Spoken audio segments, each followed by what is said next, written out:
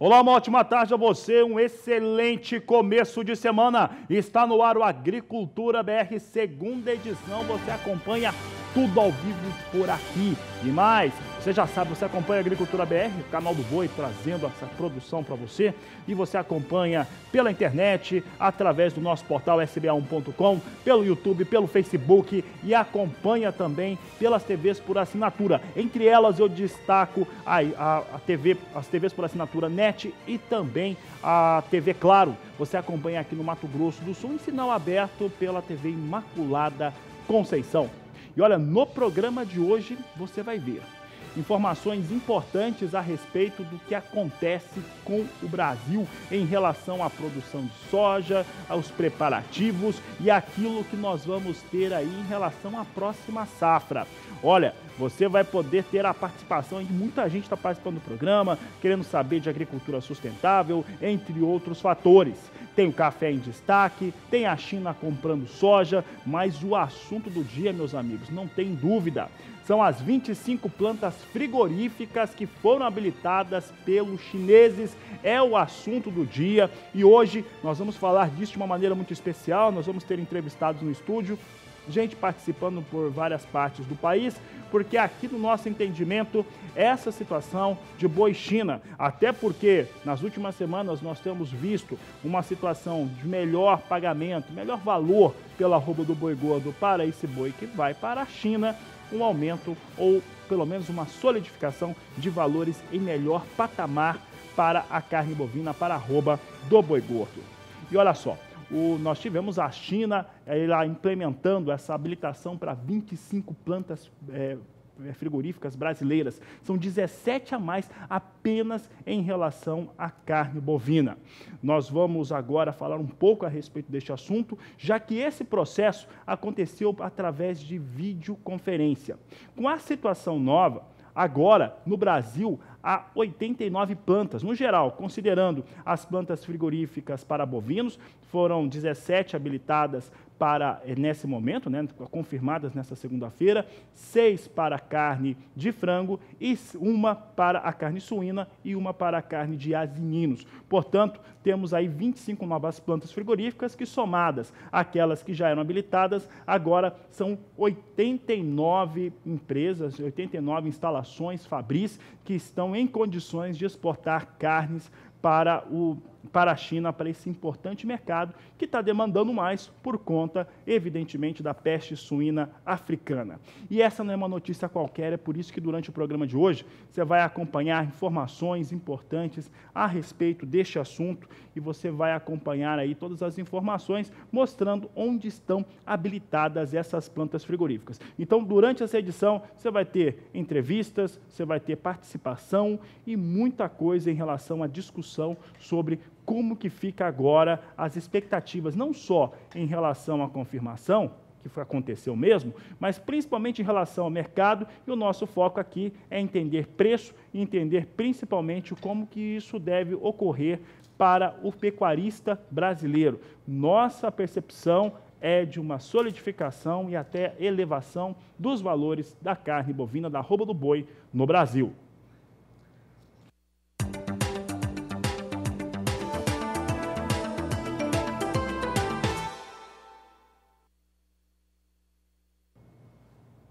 E olha só, nós tivemos na semana passada, agora falando um pouco de soja, nós tivemos a confirmação que o estado de Goiás antecipou o final do vazio sanitário da soja. Vai poder cultivar, claro, que tendo condições climáticas, vai ter condições de fazer a semeadura da oleaginosa. Para falar a respeito deste assunto, nós vamos conversar agora pela internet, pelo chamado Skype, com o Barzotto, ele que é presidente da ProSoja de Goiás e está aqui conosco. Eu pergunto para você, Barzotto, por que da antecipação? Boa tarde, seja bem-vindo. Boa tarde, amigos do canal do Boi. Boa tarde, Fabiano Reis. É um prazer estar aqui com vocês hoje de novo, depois do nosso 7 de setembro, um dia cívico, um dia muito importante para o nosso país. Nós estamos já nos encaminhando para o final do período da seca, né? Nós, agora, final do mês de setembro, teremos o início das chuvas e o início do plantio aqui no estado de Goiás. Esse ano, um ano um pouco diferente, já que nós, por solicitação de produtores, de entidades como a Agopa, a própria ProSoja também apoiou, nós conseguimos antecipar o vazio sanitário da soja em 5 dias, justamente para dar oportunidade de algumas culturas conseguir evoluir no estado de Goiás. Por exemplo, a cultura do algodão, com 5 dias de antecipação no plantio da soja, ela vai conseguir aumentar a quantidade de área plantada. Imagina-se que vamos passar de 40 mil hectares para 60 mil hectares nos próximos anos de plantio de algodão no estado de Goiás, e também alguns produtores que fazem 3 safras em áreas irrigadas. É importante que eles tenham esses 5 dias aí para que possam conciliar as culturas dentro do ano agrícola deles.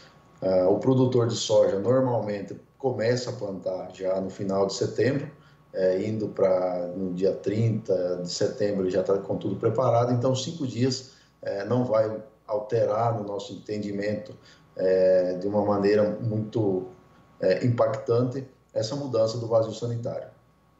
Barzotto, qual que é a recomendação da ProSoja de Goiás agora para esse momento? Exatamente, é um ano que nós estamos fazendo um piloto para entendermos como funciona a cultura da soja no estado de Goiás, antecipando ela 5 dias, né, plantando ela dentro do mês de setembro. Na verdade, o estado de Goiás ele tem uma prudência maior na questão do vazio se nós compararmos Goiás com os outros estados.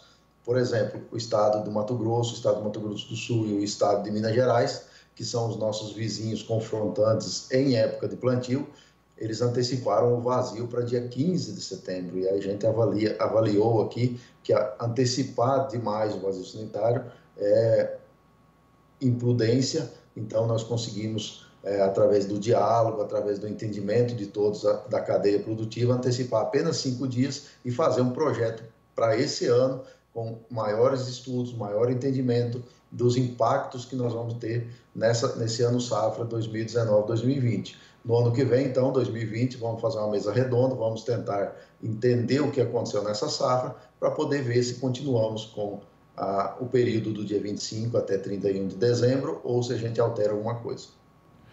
Bom, Barzotto, depois desse estudo, o que se espera para o próximo ano? Prudência em mudança de calendário, a gente não faz mudança de calendário simplesmente ao léu, de qualquer forma. Então, esses 5 dias foi uma data negociada entre todos da cadeia e a gente agora vai ter que fazer o plantio, o acompanhamento. Nós temos as datas que nos outros anos a ferrugem asiática apareceu no estado, nós temos a data histórica, né? E vamos acompanhar se ela vai vir então 5 dias antes ou não, se ela vai aparecer na mesma época. Se ela aparecer na mesma época, significa que o vazio sanitário não houve interferência e a gente pode então no ano que vem continuar com essa possibilidade de plantar um pouquinho mais cedo.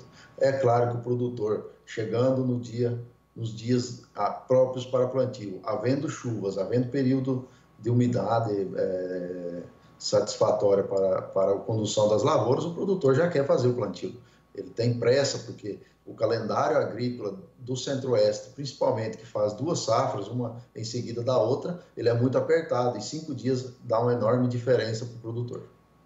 Barzotto, então os produtores podem ficar tranquilos. O que você diria para eles? Eu gostaria de dizer para todos da cadeia produtiva que nós estamos fazendo essa antecipação com monitoramento de entidades de pesquisa. Pedimos para algumas entidades particulares, agora durante a condução da lavoura, universidades vão acompanhar também. Então, todo esse trabalho está sendo feito da maneira mais estruturada possível. Solicitamos esse parecer da Embrapa. A Embrapa, com certeza, agora vai conseguir fazer os levantamentos e formular uma opinião mais concreta sobre essa antecipação. Então, é isso daí que eu gostaria de transmitir, a tranquilidade a todos da cadeia. Nós estamos fazendo a coisa da melhor maneira, da maneira mais suave possível para não sofrermos impactos durante o ano safra.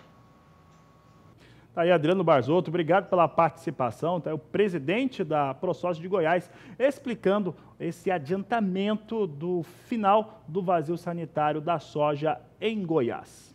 E por aqui o assunto continua sendo soja. Falo agora a respeito dos fundamentos do que vem acontecendo com a oleaginose. E a China será nesse programa um grande destaque por aqui, não só por conta da habilitação das plantas frigoríficas, mas por conta desse assunto que apareceu aí na tela. Olha só, a China comprou mais soja no mês de agosto. Esse é o balanço que nós temos em relação ao que foi divulgado pelo próprio governo chinês e que mostra uma evolução na aquisição de soja, tanto no mês de agosto quanto no acumulado do ano de 2019. E é isso que eu mostro agora para você na tela. Você tem aqui agosto de 2019 com um total de 9.480.000 toneladas de soja que foram importadas pela China, uma alta de 3,9%. Entre janeiro e agosto deste ano, foram 56.310.000 toneladas de soja importadas pelos chineses, totalizando aí uma alta de 9,2% para a China em relação à aquisição da soja. Falando de soja, olha só, o que nós temos no mercado neste momento? Primeiro, um mercado que está muito atento ao que vem acontecendo com o clima nos Estados Unidos. A percepção que se tem lá para os norte-americanos é que não teve uma piora no clima, uma piora para ter geada, para ter frio, o que prejudicaria tanto a safra de soja quanto a safra de milho. Então, se não prejudica, os Estados Unidos vão confirmando uma safra acima de 100 milhões de toneladas para a soja.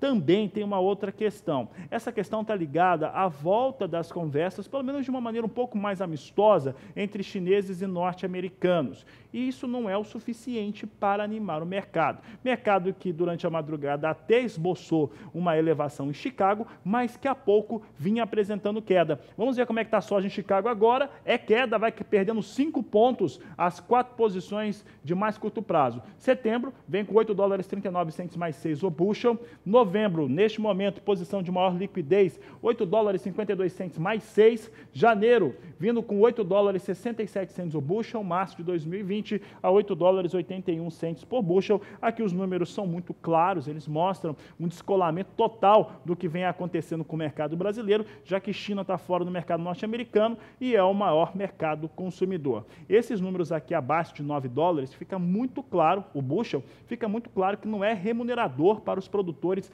daquele país. E com isso, tem que usar aqueles recursos emergenciais que foram disponibilizados pelo governo norte-americano para manter os produtores rurais dos Estados Unidos.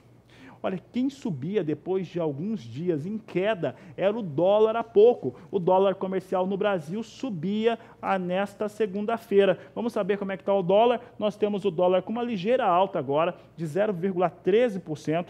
É negociado a R$ 4,08 mais 6 a moeda norte-americana. É o que nós destacamos aqui no Agricultura BR.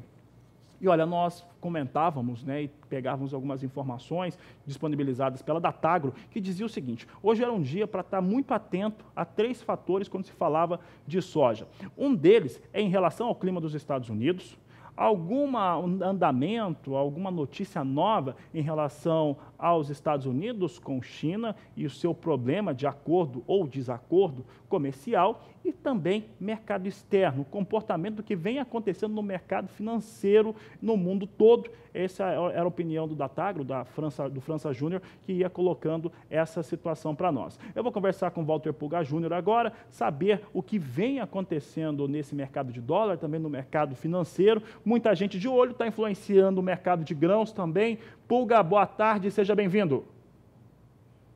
Boa tarde a você, Fabiano, boa tarde a todos. Olha, de fato, o dólar reagiu e reagiu apesar do Banco Central do Brasil ter vendido integralmente seu lote de 580 milhões de dólares à vista nesta manhã, né? E por que isso está ocorrendo? Está ocorrendo porque há uma acomodação no mercado em outra situação. Veja, enquanto a China vê sua balança comercial desacelerando em agosto, a Alemanha surpreendeu com exportações em alta, né? Bom, há uma acomodação no mercado nesse momento e o dólar, seguindo o exterior, avançou, né?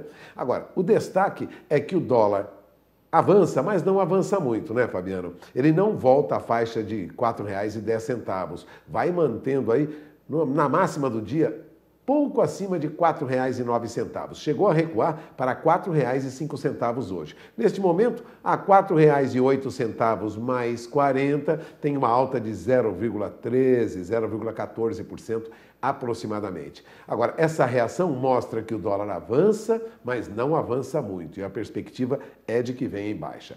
Agora, a surpresa mesmo é uma forte recuperação do nosso índice Bovespa, viu? Vamos ao índice Bovespa? Veja, a nossa bolsa já passa de 104 mil pontos, Fabiano, agora aos 104.170 pontos. Já esteve acima disso, já esteve aos 104.250 pontos. Neste momento, a bolsa sobe 1,20%. E o que vem em forte alta hoje são ações de frigoríficos, porque com a liberação pelos chineses de exportação, né, habilitação de frigoríficos para exportação de carne para a China, alguns desses frigoríficos tiveram uma forte alta nas ações, entre elas Marfrig, e além do Marfrig, Minerva. Então nós tivemos Brasil Foods, Minerva e Marfrig com ações em alta. Para você ter uma ideia, entre as maiores altas hoje na nossa bolsa está a Marfrig, agora há pouco tinha alta de quase 7%, ou seja, uma disparada nos papéis de frigoríficos em função do aumento, da perspectiva de aumento das exportações para a China. Durante a nossa programação você terá mais informações sobre a evolução dos negócios com as principais commodities agrícolas e, lógico, com a evolução dos papéis negociados em bolsa de alguns dos maiores frigoríficos brasileiros. É com você. Tá certo, Pulga. Daqui a pouco o Pulga volta, nós vamos falar aqui ainda, eu, Walter Pulga, vou estar com o João Pedro aqui também. O Pulga tem convidados lá no nosso estúdio em São Paulo. Nós vamos trazer em destaque a questão das 25 plantas frigoríficas. Tem a participação também do Jorge Zaidan aqui no programa de hoje. Vamos falar a respeito deste assunto daqui a pouco aqui no Agricultura BR. Tem o Rogério Coan também na participação aqui, falando a respeito desse importante tema. Por aqui eu sigo falando de soja e agora trago em destaque como é que vem o preço, o valor de paridade nos portos brasileiros, a apuração da Grãos Corretora nesta segunda-feira. Nós temos soja, evidentemente o dólar está mais fraco, nós temos aí soja também com os valores concedendo aqui. Vem a R$ 84,00 a saca de 60 quilos, é o valor de paridade nos portos de Santos e também Paranaguá, é o que eu destaco agora no Agricultura BR, que você acompanha todas as informações, aquilo que você precisa saber para o seu negócio. E olha, depois do intervalo, a gente vai trazer aqui esse destaque importante a respeito das 25 plantas frigoríficas habilitadas. Aproveite para entrar em contato, manda a sua opinião, porque a grande questão agora é o seguinte: como é que vai se comportar a arroba do gado gordo? Você ouviu o Pulga falar? Esse detalhe é muito importante. As ações das indústrias frigoríficas brasileiras exportadoras sobem. Eu só vou citar dois casos aqui, tanto Minerva quanto Marfrig, cada uma dessas importantes indústrias de atuação em território nacional tiveram duas plantas habilitadas. E elas já vinham numa situação de ganhos desde o começo do ano. Desde quando começou a se pronunciar peste suína africana na China, ela já vem ganhando. Agora a questão é como é que isso vai determinar no mercado brasileiro. Mas é o seu assunto para logo mais. Participe pelo nosso WhatsApp. O número é 67996562266. Eu volto já. Bom, a Agricultura BR sempre com você, sempre de olho naquilo que é importante para o seu negócio. Olha, a questão hoje, claro que é de maior destaque, são as 25 plantas frigoríficas que foram habilitadas pela China. São 17 para a carne bovina, 6 para a carne de frango, 1 para a carne de suínos e 1 para a carne de asininos. Então, quero a sua participação. Vou pedir para a nossa produção colocar o telefone do WhatsApp na tela. Você entre em contato conosco pelo 67, pelo 99656-2266. Eu quero saber a sua opinião, principalmente de como que essa nova situação, no seu entendimento, pode impactar nos negócios, principalmente para o valor da arroba do boi gordo aqui no Brasil. Um dos fatores que não pensamos em cadeia produtiva é que a indústria frigorífica, que tem as suas ações negociadas em bolsa desde o começo do ano, desde quando se confirmou peste suína africana na China, ela vem demonstrando ganhos. E agora, principalmente no dia de hoje, o Pulga acabava de destacar, subia e subia bem. Daqui a pouco a gente fala desse assunto. Antes, você confere cotações de mercado.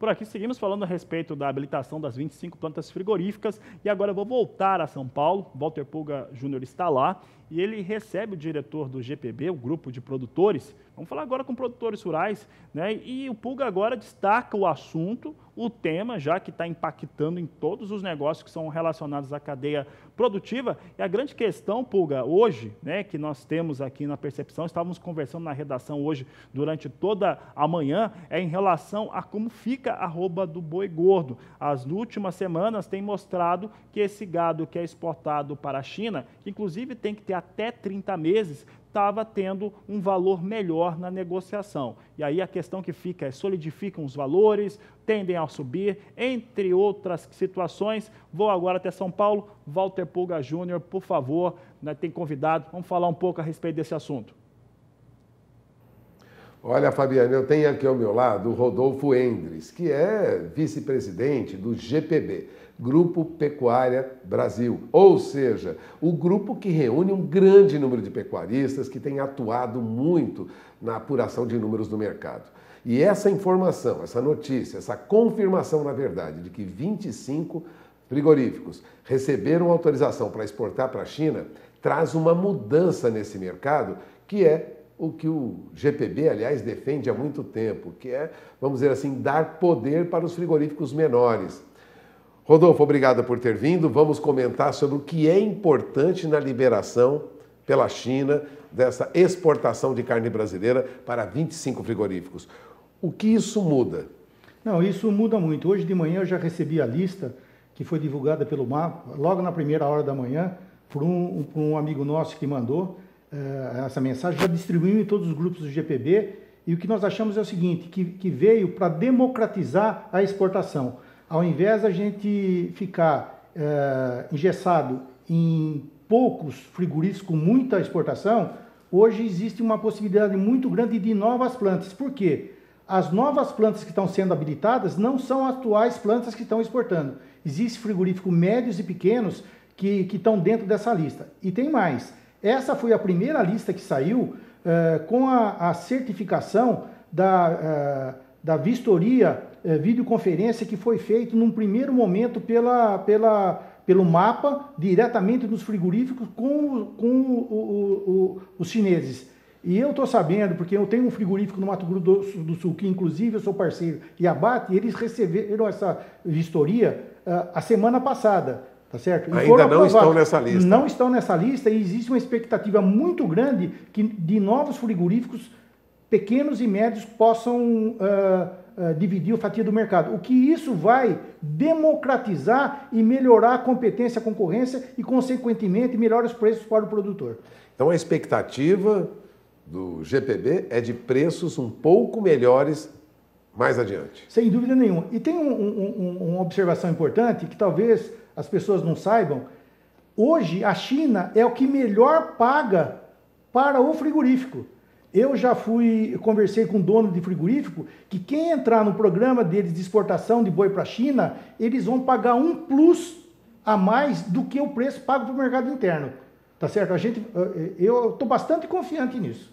Agora, a perspectiva com mais frigoríficos fazendo parte dessa lista diminui essa concentração. A concentração é que o GPB tem combatido constantemente, né? Sem dúvida nenhuma. Você pega o caso do estado do Mato Grosso do Sul, Mato Grosso do Norte e próprio Goiás, muitas plantas foram fechadas, alugadas e fechadas, e existe uma concentração muito grande. Nós estamos falando por volta aí de 50% a 55% na mão dos grandes. Você não tem opção de vender. Você não tem opção de vender. E isso acaba aumentando a concorrência.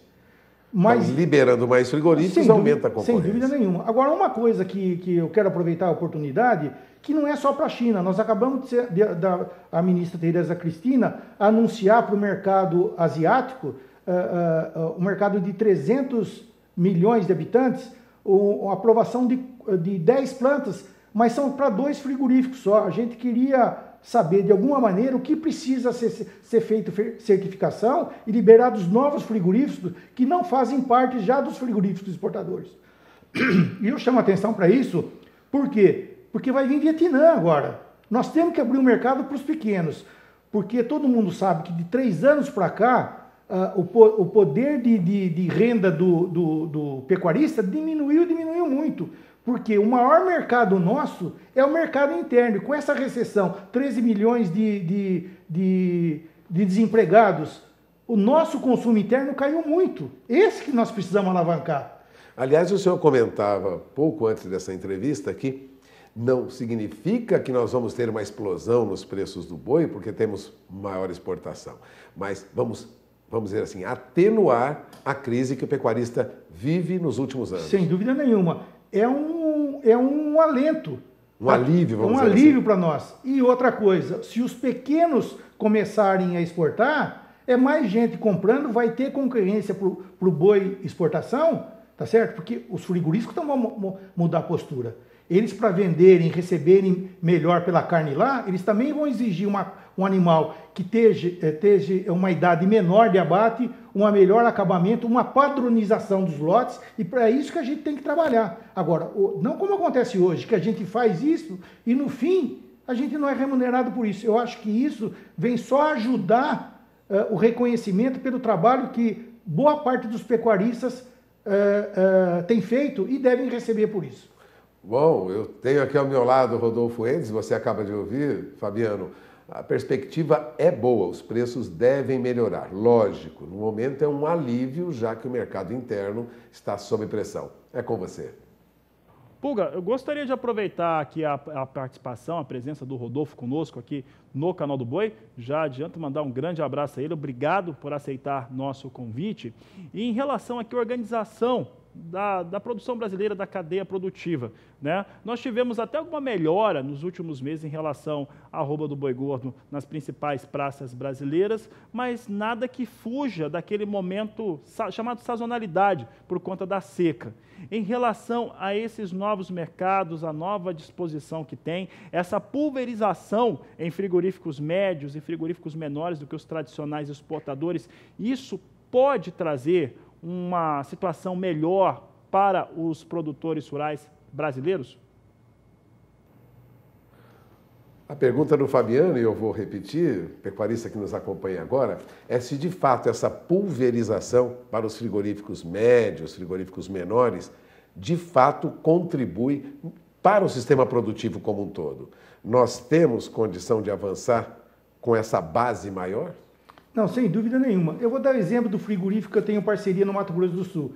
É um frigorífico em Aparecida do Taboado, que ele tem capacidade de abate para 500 cabeças por dia. Quando ele entrou com o processo de certificação no MAPA, inclusive eles foram na visita da ministra quando ela foi à China, eles começaram a ampliação para 800 cabeças por dia. Já estão com os currais pronto, com a câmara de frigorífica nova e desossa. Na verdade, ele está aumentando 60% a capacidade de abate diário. Estava em 500, foi para 800. Foi para 800. Isso mostra que na nossa região nós temos uma opção a mais de venda com maior volume que não seja para os grandes frigoríficos. Grandes frigoríficos também, vale lembrar, viu, Fabiano, fecharam algumas unidades, arrendaram e não retomaram as atividades. Essa é uma queixa dos pecuaristas, que agora se espera seja, vamos dizer assim, tem algum alívio diante dessa abertura para 25 frigoríficos e mais 9 devem ser anunciados nos próximos dias, como, aliás, informações do Ministério da Agricultura dão conta logo nesta manhã. Então, teremos mais frigoríficos. Você já conhece, inclusive, alguns frigoríficos já estão aprovados, foram aprovados agora na quinta e sexta-feira, ainda não estão nessa lista, viu, Fabiano? Mas alguns frigoríficos já devem fazer parte desses outros 9 que o Ministério já tem as primeiras informações que serão liberados também. Passamos o recado, Rodolfo? Sim, eu agradeço mais uma vez a oportunidade para que o GPB venha aqui representar todos os seus integrantes. E eu queria mandar um abraço especial para o nosso amigo Zaidan, que nos deu uma abertura muito grande no Canal do Boi, principalmente para o balizador. Um abraço a todos vocês. Muito obrigado. Bom, daí você ouviu o recado de Rodolfo Endres, que ele é vice-presidente do GPB. E nós acompanhamos o trabalho do GPB no dia a dia, não é, Fabiano? É com você em Campo Grande. Tá certo, Pulga, obrigado, Rodolfo. Daqui a pouco o Zaidan até participa aqui conosco. Um grande abraço, o Zaidan levando, né, o programa Mais Pecuária, leva regularmente as informações, as cotações do GPB para todo o Brasil. E o Agricultura BR vai para o intervalo comercial. Daqui a pouco eu falo de milho e você vai saber como é que ficou a situação agora dessas plantas frigoríficas para os tradicionais exportadores Minerva e Marfrig. E eu trago também a entrevista de Rogério Coan. Voltamos já!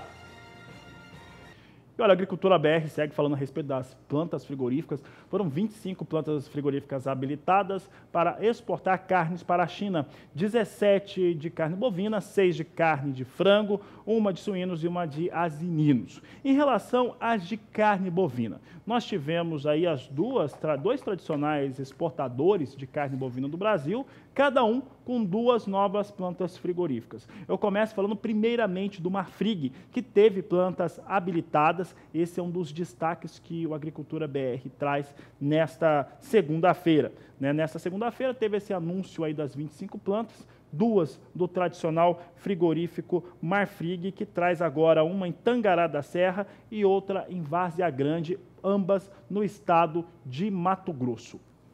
Trago agora ao outro frigorífico tradicional, frigorífico Minerva, que agora teve mais 2 plantas habilitadas e somam 3. Agora o frigorífico Minerva soma 3 plantas, sem falar de uma outra planta no exterior, na qual ele opera aqui na América do Sul, que também é habilitada para fazer a exportação de carne bovina. O frigorífico Minerva teve essas plantas confirmadas, juntamente com as demais que foram publicadas pelo Ministério da Agricultura, trazendo aqui a unidade de Barretos, que já exportava, e agora chegando a 3, já que tem agora as unidades de Rolim de Moura e Palmeiras de Goiás, no estado de Goiás, ambas habilitadas para a exportação de carne bovina na China. Sobre este assunto, eu conversei um pouco mais cedo hoje, conversei por telefone com o Rogério Coan. Ele estava de partida para Cuiabá, no estado de Mato Grosso, já deve ter chegado em Cuiabá, no Mato Grosso, e ele comentava essa situação das plantas frigoríficas e o que isso pode trazer de impacto para a cadeia produtiva da carne bovina. Satisfação falar com você. Eu, sinceramente, fiquei bastante feliz com a habilitação desses 25 frigoríficos, que agora se encontram, vamos dizer, 100% ativos para exportação para a China, não só de carne bovina, mas de frango, de suíno e também de asininos, né? O que demonstra realmente o potencial brasileiro de atender a demanda mundial e também, lógico, do conglomerado chinês quanto ao fornecimento de proteína de qualidade, né? Isso é de grande relevância para a cadeia produtiva da carne bovina, de grande relevância para o pecuarista, que vê agora no segundo semestre uma perspectiva de aumento de demanda e, consequentemente, aumentando a demanda, há que se ter um ajuste também na remuneração da arroba, o que é muito importante para viabilizar os pecuaristas que aplicam mais tecnologia, seja de confilamento ou terminação a pasto. Vamos aguardar as cenas dos próximos capítulos, mas eu tenho certeza que o final, com certeza, será feliz. Um grande abraço a todos.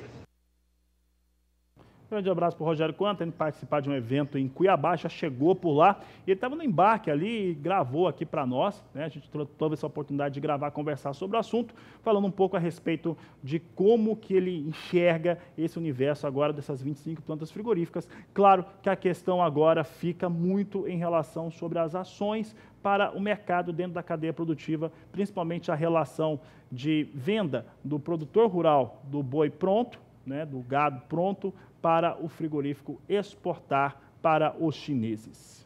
Mudo de assunto agora, mas falo de um tema que é importante, porque isso aí traz impacto também sobre terminação de animais. Eu vou falar um pouco do milho, trazendo valores negociados no mercado interno no Brasil, doméstico, e também como é que vem os negócios nos portos brasileiros para exportação, além, é claro, da referência internacional. Você acompanha comigo agora como é que estão os valores de negociação nos portos. Nós temos o valor a R$ 34,00 a saca de 60 quilos nos portos de Santos e Paranaguá. É a paridade de acordo com a apuração da Granos Corretora, portanto, vem cedendo frente aos valores que nós tínhamos de negociação na última semana.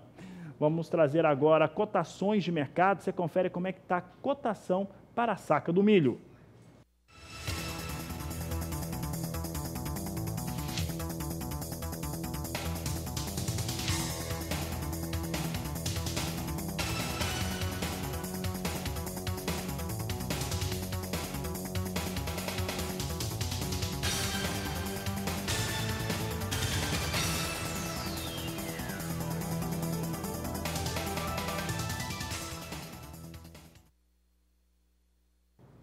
Vamos saber agora como é que vem os negócios com milho na Bolsa de Chicago. Nós trazemos aqui milho vindo dentro da estabilidade nesse momento, 0,2 agora em queda aqui algumas posições, já que setembro vai migrar os contratos, as posições, já no próximo dia 15.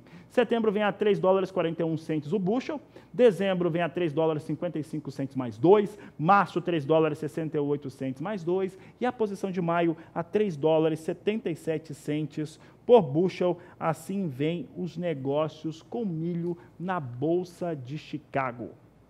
E o Agricultura BR fala agora do como que vem a situação de produção lá no estado do Rio Grande do Sul. Você acompanha a produção agrícola e o município do interior lá do Rio Grande do Sul está dominando ali essa produção. E é sobre esse assunto que eu falo com a Anelise Nicolodi, está lá em Cruz Alta, ao vivo. Anelise, boa tarde, seja bem-vinda.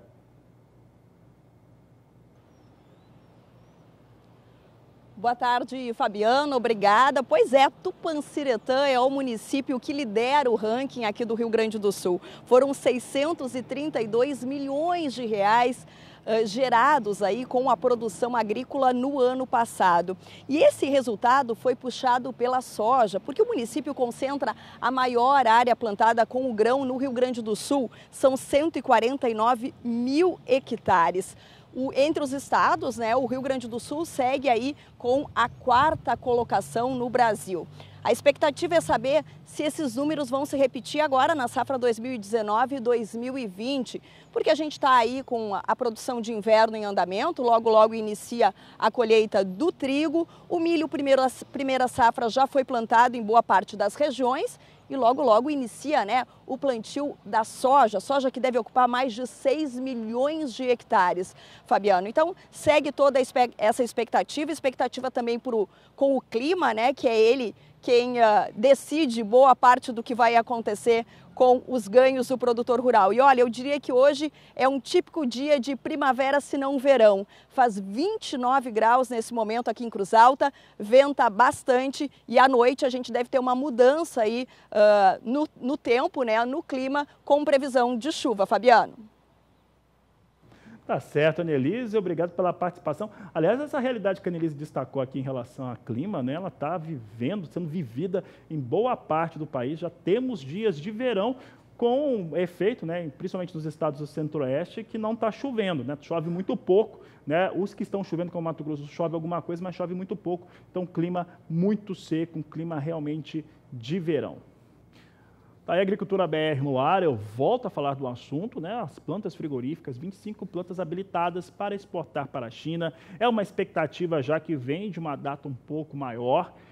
Se tinha certeza, convicção de que seriam habilitadas, mas de qualquer forma, veio agora, são 17 plantas frigoríficas habilitadas para abater bovinos, 6 para abater frangos, 1 para asininos e 1 para suínos. E a expectativa, principalmente sobre a cadeia produtiva da carne bovina, é de uma mudança, principalmente em relação à política de preços. Eu vou falar agora com o João Pedro Cuti Dias, é o nosso consultor aqui no SBA, está aqui conosco, vai responder a pergunta. Olha só, hoje nós já recebemos aqui, lá em São Paulo, com o Walter Pulga, recebemos o diretor do GPB, o Grupo de Produtores do Brasil, tivemos também a participação do Rogério Coan, que falou a respeito do assunto. E, João Pedro, a grande questão hoje que nós temos é um desenvolvimento, né? O impacto que isso pode trazer. E, primeiramente, queria saber a sua opinião. Demorou, mas veio. Boa tarde. Boa tarde. Eu vou fazer uma volta histórica. Na década de 70, o mundo dependia dos Estados Unidos para produzir soja. Houve uma seca no meio oeste americano. O Japão, que era o maior produtor, o maior consumidor, o maior importador, ele, numa hora para outra, ficou com risco de não ter produto. O que fez o Japão? Veio para o Brasil, estimulou a produção no Brasil e hoje o Brasil supera os Estados Unidos na produção de soja. O que acontece com a carne? Nós pegamos um fato novo, que foi uma peste suína africana, que de uma hora para outra tirou 30% do rebanho de suíno na China. Isso impacta em 15 milhões de toneladas de carne. A China não tem onde buscar essa carne no mercado internacional, não existe essa oferta de carne para atender eles. Então, o que está acontecendo? A China vê hoje o Brasil como um parceiro confiável. Isso é muito importante no comércio internacional. Ou seja, ele vê o Brasil como um parceiro confiável. Nós tínhamos poucos frigoríficos habilitados para exportar para a China, bovinos, 14. temos apenas, tem um pouco mais disso para frango e temos apenas 8 ou 9 para suínos. O que aconteceu? Havia um esforço do governo brasileiro no sentido de homologar novas plantas frigoríficas para atender esse mercado. A China ficou fora do mercado de carne bovina do Brasil, a China continental, até 2014. Até lá, ficam fora em função de fatos que ocorreram e ficaram fora. Depois disso, o Brasil voltou a se habilitar para exportar. Hoje, a China é o principal comprador de carne bovina, principal comprador de frango e principal comprador de carne suína brasileira. Então, nesse momento que de 14 habilitados que nós temos, passar para mais 17, nós estamos falando em 31 frigoríficos habilitados. Você acredita que... Isso até o Zaidan estava falando, talvez o Zaidan participe conosco, não tenho certeza mais, mas o Zaidan estava falando comigo hoje de manhã, do Mais Pecuária, e ele dizia o seguinte, que se acontecer, né, já tem o dobro, né, agora pula de 14 para 31, dobra. Volume não é certeza que dobra, mas tem uma possibilidade em relação a esses números, né, e isso muda bastante o mercado. Você acredita que volume também dobre, Pedro? Dobre, o possível que não seja não dobrar a curto prazo, porque é um processo de maturação, não é do dia para a noite que todo esse pessoal vai se habilitar e vai começar a exportar, apesar que está permitido a partir de hoje, de acordo com o relatório do Ministério da Agricultura, eles estão habilitados a pleitear a exportação a partir de hoje. O que acontece? A China quer um animal com menos de 30 meses, isso é um ponto importante, né? Ou seja, e a China leva a sério essa questão, ela tirou o Canadá, que é um grande exportador de carne suína para eles, por causa de raptopamina, que eles não aceitam na China e no Canadá usavam isso. Então, o que acontece? Eles querem animal com menos de 30 meses, isso é um ponto pacífico e tem que ter um bom acabamento. O chinês não quer gordura, ele quer uma carne macia, quer músculo, quer um mínimo de gordura para aguentar frio, etc. Mas não é hábito do chinês gostar de uma carne mais gorda, com gordura entremeada, não é o forte deles. Então, de uma hora para outra, o Brasil tem potencial para dobrar as exportações para o mercado chinês. A China, ela consome 6 quilos de carne bovina por habitante ano. O grande fornecedor era o Brasil. O Brasil era o maior fornecedor num quadro antes de faltar, antes dessa crise na carne suína. À medida que o Brasil ele continuou aumentando, as exportações nossas aumentaram 11% no primeiro semestre, porém outros países dispararam. A Argentina disparou. A Argentina hoje vê a China como o maior foco de exportação de carne bovina. A Austrália, com toda a dificuldade, enchentes ano passado, seca catastrófica, aumentou as exportações de forma significativa para a China. Não só de animais, não só de carne, como animais vivos. Ou seja, o mundo inteiro começou a olhar a China como grande player, porque se ela aumentar 1 quilo per capita, e é possível que ocorra, nós estamos falando em 1.350.000 toneladas de carne. João, em relação às exportações de carne, eu vou até pedir até para o pessoal que está em casa acompanhar comigo. Eu sempre olho, quando eu vejo os relatórios da Secretaria de Comércio Exterior, que agora é ligado ao Ministério da Economia, duas questões. Para mim, os dados, eles sempre trouxeram duas Chinas. Uma China, a China continental, e Hong Kong. Então, o que eu via? Hong Kong fazendo uma grande aquisição historicamente, sempre fazendo boas aquisições de carne bovina. Às vezes, historicamente, enormes importações, compras de carne bovina brasileira. E eu pensava o seguinte, essa carne estava chegando em Hong Kong e está indo para a China. É a coisa que mais fazia sentido para mim. E era mesmo. E era mesmo. E era mesmo. Então, pensando que China e Hong Kong é a mesma coisa, na soma, o que nós podemos ver de ampliação nesse mercado?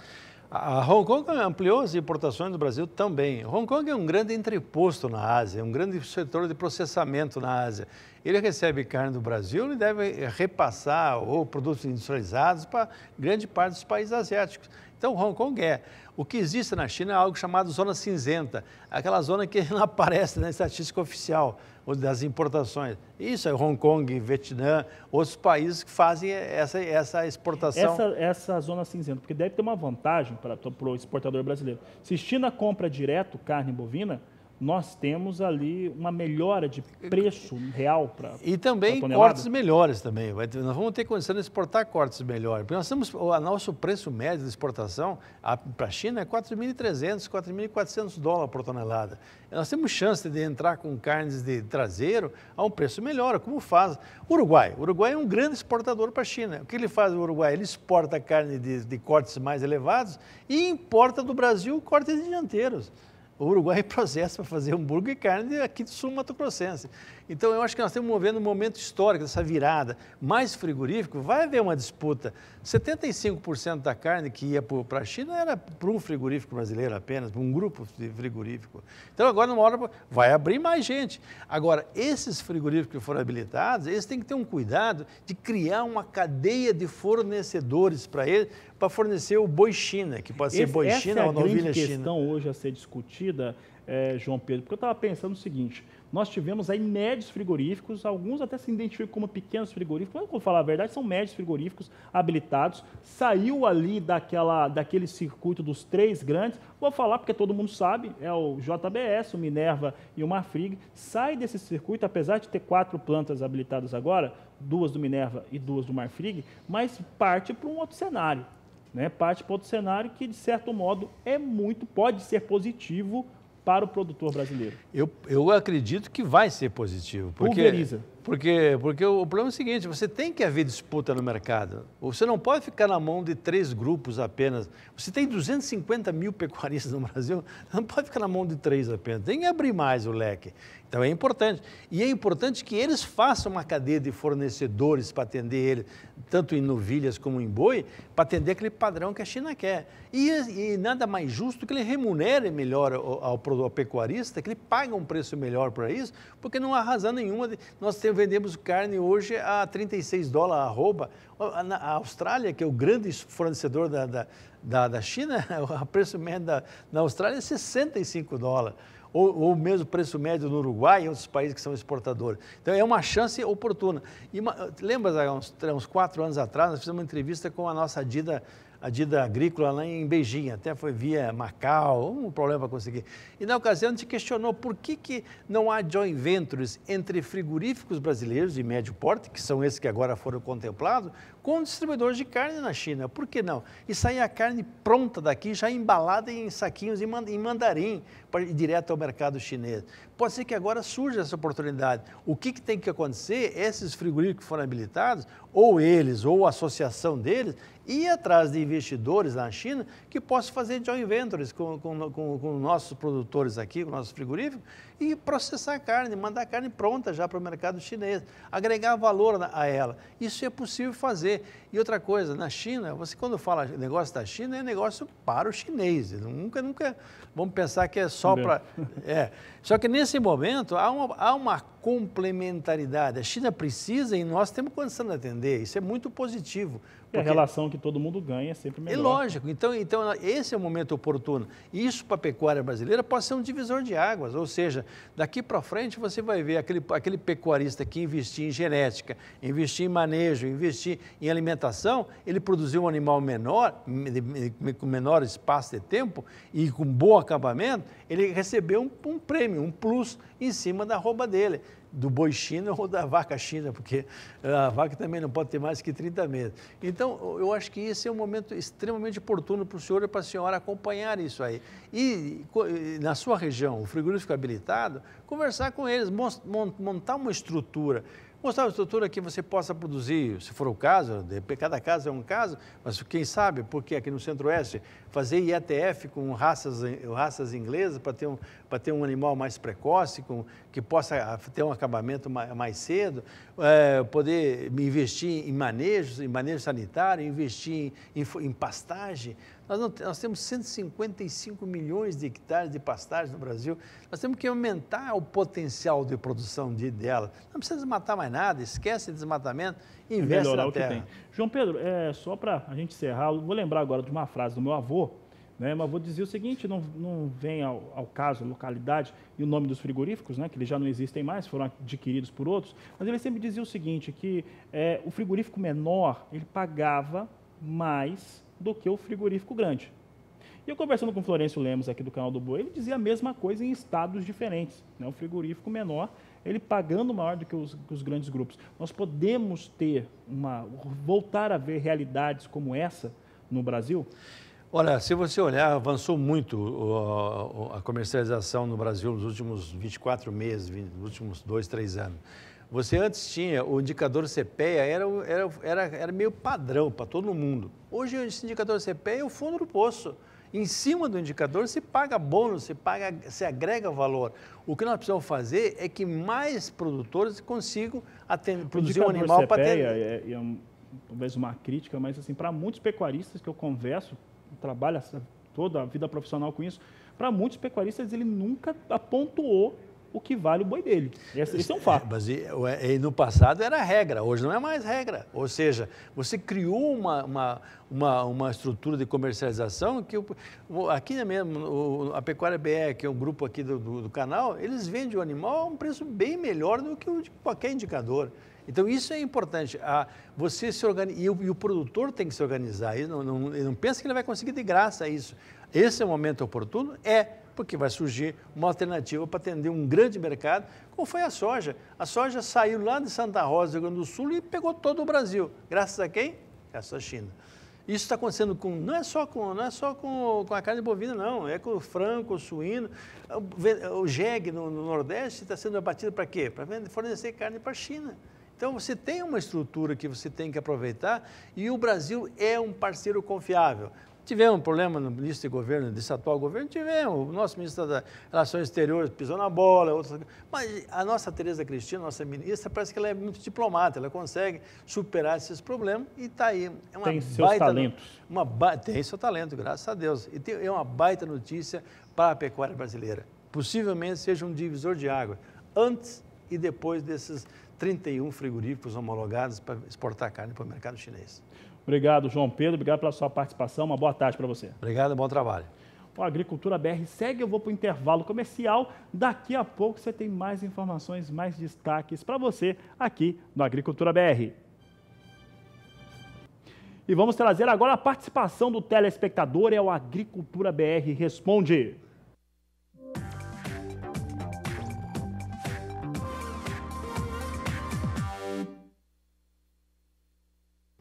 E olha, a Agricultura BR Responde, é o seu momento de participar aqui conosco. Vamos saber quem está participando aqui no Agricultura BR desta segunda-feira. Está na tela, você vê aqui o Alexandre Morandi, de Colatina, no estado do Espírito Santo, e ele vai perguntando o seguinte: olá, sou cafeicultor do norte do Espírito Santo, um grande abraço para o produtor rural do Espírito Santo, querido estado.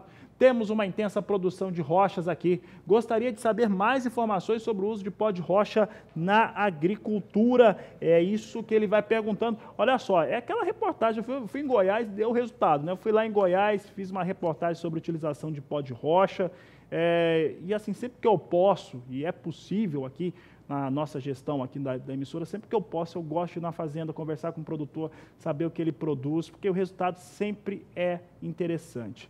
E a outra pergunta, eu vou responder para os dois ao mesmo tempo, porque a outra pergunta está relacionada também. Está aqui na tela, aqui é o José Castro, de Montes Claros, em Minas Gerais. Boa tarde, gostaria de saber mais sobre o adubo de pó de rocha, que vinha uma reportagem no Canal do Boi. Está aí o José fazendo essa pergunta, o Alexandre no Espírito Santo e o José no estado de Minas Gerais, são perguntas que são relacionadas. Nós fizemos uma reportagem, como eu disse, eu estive em Goiás agora já há quase 2 semanas, e por lá eu conheci uma fazenda que estava numa área de confinamento, 1.630 animais confinados, ali tinha pó de rocha no curral do confinamento, e através da disposição dos animais, da urina, das fezes, aquilo foi formatando um fertilizante. E esse fertilizante realmente foi testado, teve todas as condições para aplicação. É a produção de fertilizantes de uma maneira que chama-se organomineral e sustentável, resultados excelentes. O que nós estamos fazendo aí,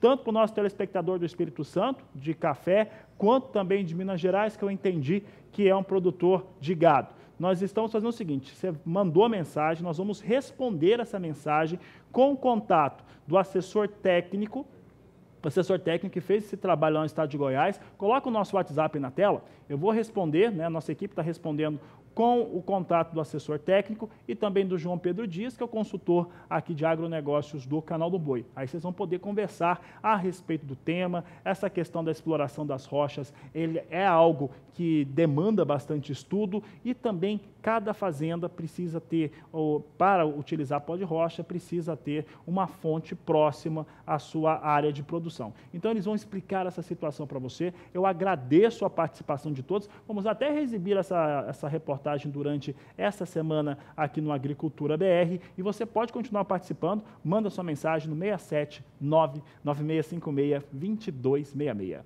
Este foi o quadro Agricultura BR Responde.